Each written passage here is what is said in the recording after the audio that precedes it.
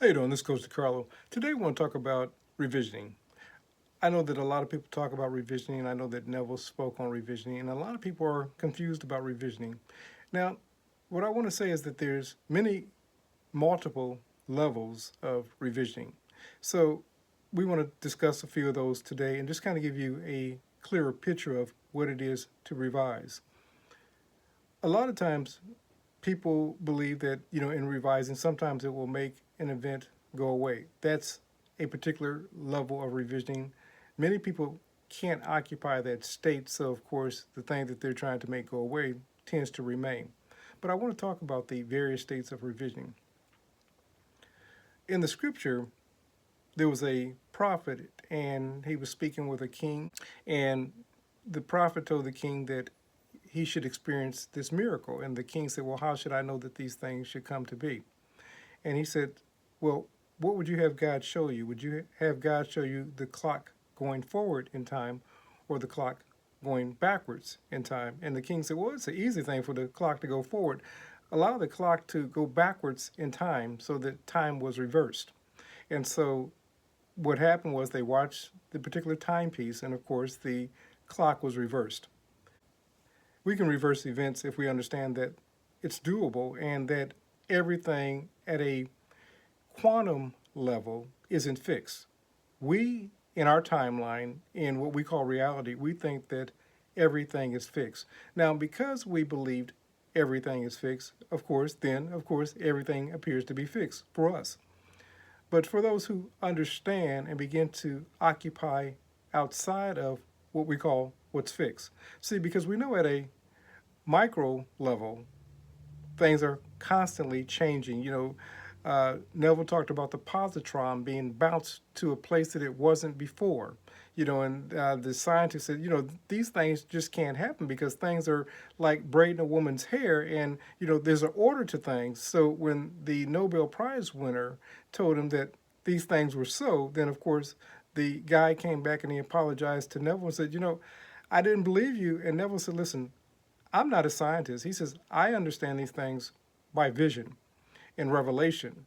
He said, but your scientist who won the Nobel Peace Prize, he understood it by theory. And of course, somebody had a device that was able to measure and see these positrons bouncing to a place that they weren't before. What does this have to do with revisioning? Well, when we understand that things aren't fixed, then we begin to understand that we can revise various events and so forth. Now, what I'm not going to suggest to you, because I don't think that there's probably anybody living that has the ability to really see it at that level, and even if they did, they probably would not remember. And I'll explain that later. You lose a loved one, and so you want to revise, and all of a sudden you want to reverse, and that loved one is now in your presence again. You're probably not that powerful to do such. And like I said, even in being gods, we see limitations to what it is that we can do. So I'm not going to promise you that you're going to revive a loved one. Jesus revived Lazarus and, the widow's son and so forth. And there have been people who have been revived from the dead. Now, it wasn't like they were in the grave for, 10 months or whatever, and then all of a sudden they were revived. But this was immediately after the person died. I had a sibling who was revived after she had died. So I know that revival is possible. But what I'm not trying to tell you is that you've lost a grandparent or a loved one, some years back, and you want to revive them. I'm not going to suggest to you that you can do that. Like I said, if such was to happen, the revisioning would be such that it would be like that event didn't even take place and you wouldn't even remember it anyway. So it would be like the loved one never died and that life went on as usual. So for you, it would be like, oh, nothing changed and my loved one is still there. But you wouldn't remember at that level, at that state of revisioning. Neville talked about revisioning and revising, talking about forgiveness and forgiving and forgetting. He says, when you've forgiven at such an extent, at such a level, you forget that the event even took place. This is the kind of revising that I'm talking about when you're talking about transformative revision. Like I said, many of us experience what we call deja vu.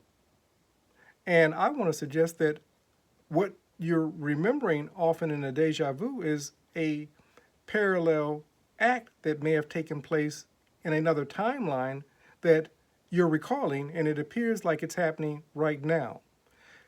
I just want to suggest to you that everything that you think that's fixed isn't such. And when you begin to see things as not being fixed, then miracles happen. But if you say, well, this man is talking a bunch of nonsense, for you, that's exactly what it's going to be. And for you, everything will stay as it is. But like I said, now let's talk about different levels of revision. You can revise at such a state, like, for example, maybe I said something that was harmful to somebody, and man, I wish that I hadn't have said that. I want to revise that and just kind of, make that go away. And so you revise, and all of a sudden you speak to the person sometime later, and you say, well, you remember when I said blah, blah, and they said, no, I don't even recall.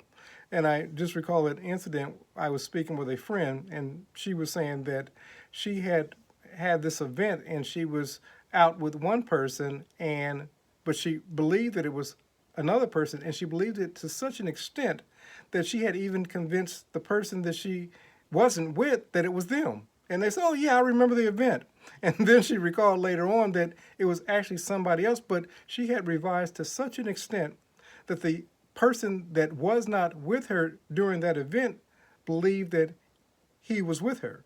So I also recall another incident where a friend and I were talking a few years back, and she was at a store, and she said that she needed a particular battery for her child's toy. And so in needing this battery, she went to the section where the batteries were, and she and the store clerk looked all over for this battery. It wasn't there. And so in her mind's eye, she wanted this battery for her grandchild's toy. And she began to revise. And she went back to the area, and lo and behold, the battery that she needed was right there. Now, at that moment, because I was still operating in my logical sense mode, I said, well, no, you guys just overlooked it. And that's what many of you are going to say. But if you understand that reality isn't fixed, I know we believe that it's fixed. We believe that everything, how we left it when we went to sleep, is exactly how it was and how it is when we're awake. I want to suggest that it's where you believe it is at the moment.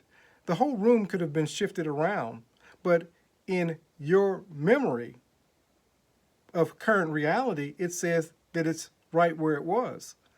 But if that memory shifts, and you say, well, I know that I left my keys right here, I always leave my keys right here, then your keys materialize elsewhere. And you say, well, I must have just misplaced them and put them in. No, they simply materialized in another area. Now, and again, I know that many of you are going to say, this guy is crazy, and that's okay. What I'm suggesting to you is that reality isn't fixed. And I think that the people that see that most is when we start dealing with people who are dealing with dementia and Alzheimer's and so forth. And we think that they're just misplacing stuff. No, I think that they become more childlike and they begin to see things as they are. And there was a movie some time back, and the movie was where these guys would walk around and they were surrounded by aliens, but they didn't know they were surrounded by aliens until they put on a particular pair of sunglasses. And they put the sunglasses on, and then they saw that everybody around them, they saw the aliens from the humans. And so, but everybody else that didn't know that there were aliens there thought these guys were crazy.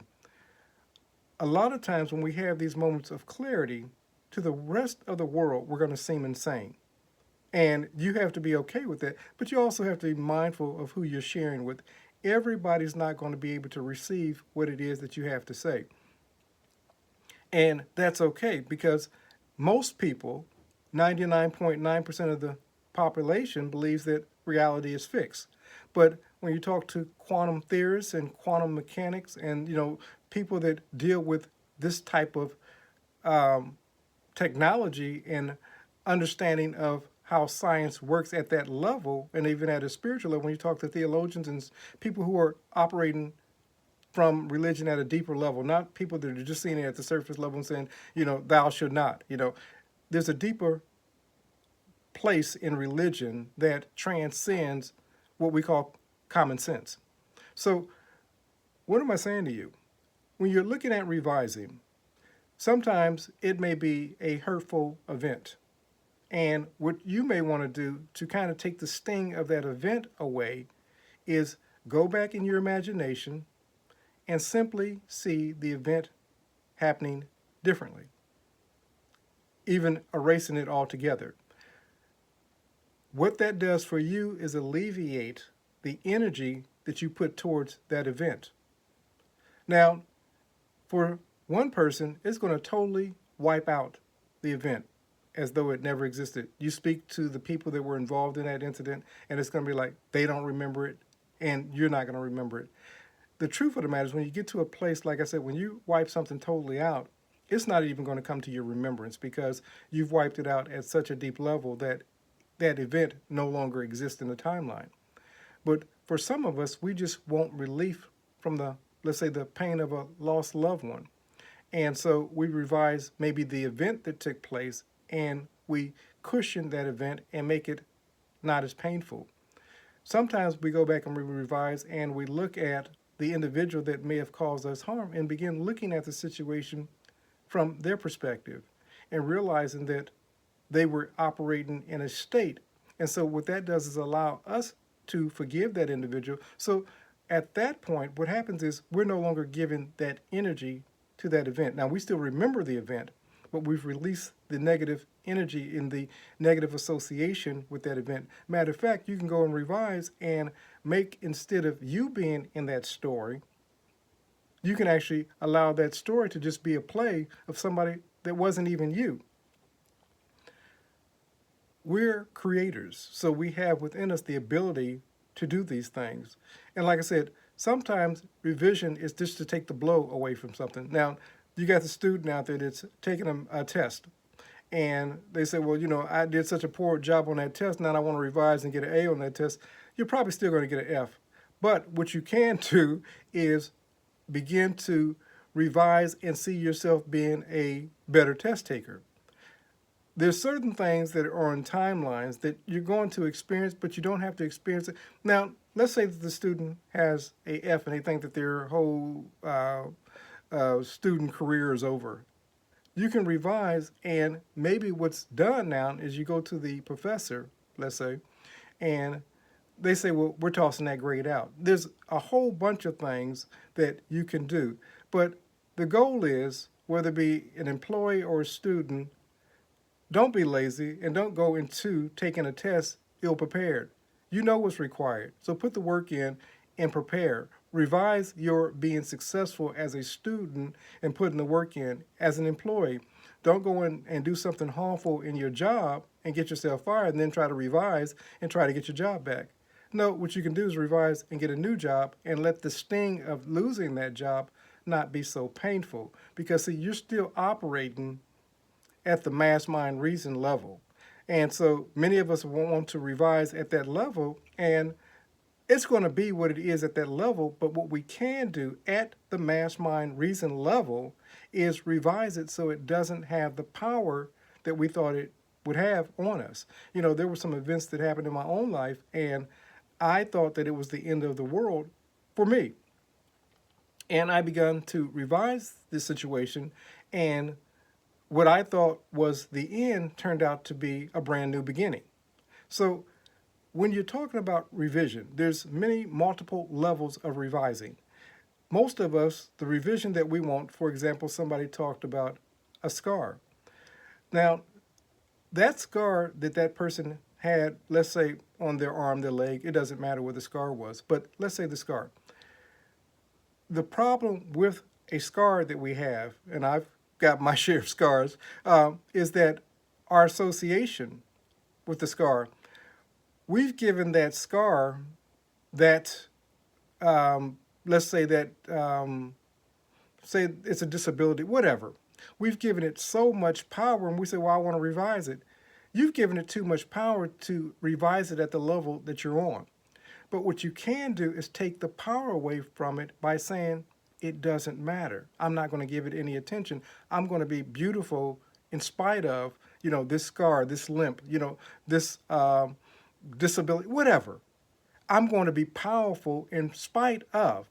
When you begin walking in your power, the funny thing is, let's say with the scar, nobody's going to see the scar.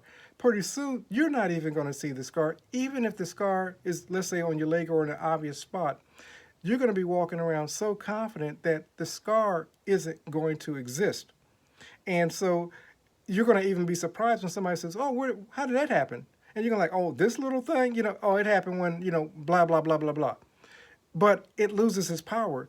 Many of us can't revise things because, let's say, we want to revise and have more money. But lack has such a strong hold on us that we can't revise and see prosperity. So we keep saying, well, I'm trying to revise, but lack, you're still operating in such a state of lack, loss, and limitation that you can't revise because it has such a stronghold. You have to release the stronghold first by not giving the thing that you're thinking about, let's say your lack, the scar, health challenge, whatever, by not giving it power and saying, I'm going to be powerful in spite of what I'm going through at this present moment. So as you begin walking in power, the thing that had power over you loses its power. And like I said, pretty soon that thing dissipates. And the scar could still be there physically, but nobody sees the scar. When you cease to give power to whatever that shortcoming is, we call shortcomings sin, missing the mark. Well, when you cease to give power to that area, it loses its power, and all of a sudden you're empowered, and the thing that you thought was going to be the undoing of you has no power, and for many, it ceased to exist. If we cease to give our attention to the moon, for example, the moon for us would cease to exist. It would still be there, but we just wouldn't see it. And a point in case, Mel Gibson did a movie, Apocalypto, many years ago, and it was based off of a lot of true events that happened back in history. At the end of the movie, this Indian has been running for his life, throughout the whole movie, being chased by another tribe. And they get to this beach, and all of a sudden, they stop in amazement.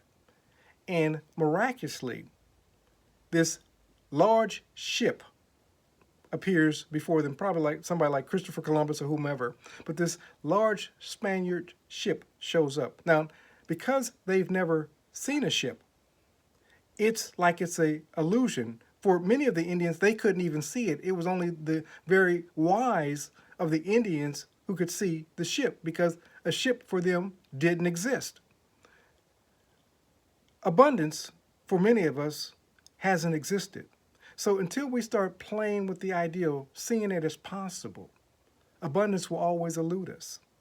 Love, for some of us, will always elude us until we begin seeing love as possible. Health, for some of us, will always begin to elude us until we see it as possible. When you begin to revise and see yourself in loving relationships, see yourself prosperous, see yourself healthy, and begin occupying, living from that state, you're well on your way to creating your desired end. I got a 4-week workshop that's going to help many of you with that, for those who are interested. If you're interested, I've got information throughout the Facebook post, so you can see it there. But it's a $97 workshop for 4 weeks. That's a great deal for those who are interested. And what we're going to take you through, the first week, enter the silence first. And then from entering the silence, then the following week will be how to occupy the state. Then we'll talk about effortless manifestation on the 3rd week. And the last week, there's going to be a lot of questions. So, of course, the last week we'll be talking about questions and answers, and we'll have some live discussions, and all this will be happening through a Zoom call. So for those who say, I'm not a part of Facebook, don't want to be a part of Facebook, that's okay. And for some to say, well, I'm not going to be able to make that, so I might as well not go. For those people, for everybody that signs up, they're going to get the recorded calls. So, and what I'm talking about is the videos. You're going to get a video each week of the call once that call's been completed, and I go through and have that video edited. I'll send out to whoever was a part of that group the video recording. So you will have it. So there's no reason to miss it. You can't say because of the price point. I mean, many people, many coaches out there, like I said, would charge thousands of dollars for what you're going to get for the 4 weeks. You can't say, well, my time frame doesn't allow me to make it because, of course, you're going to be sent the videos of the talks. Creators, if you want to begin utilizing what you know and you find yourself stuck presently and you're not, what I'm not promising you is that tomorrow you're going to manifest your ideal mate, or that you're going to manifest $1 million, or that, your health ailment's going to all of a sudden go away. But what you will know how to do is how to get into the state so that you can manifest the life that you desire. So whether it be a loving relationship, whether it be better health, whether it be manifesting more money, then you'll be able to do that. You'll have the tools. There's a lot, like I said, about revisioning. And so you can go back and listen to this, but you determine, what's possible for you. Don't let another person say, well, that's just impossible and so forth, and you can't do that. They're talking to you about nonsense. If that's the conversation that you're listening to, then be it unto you according to your faith. But like I said, many of you have revised things at such a deep level that it's no longer part of your reality, and you've created new things that you want to revise.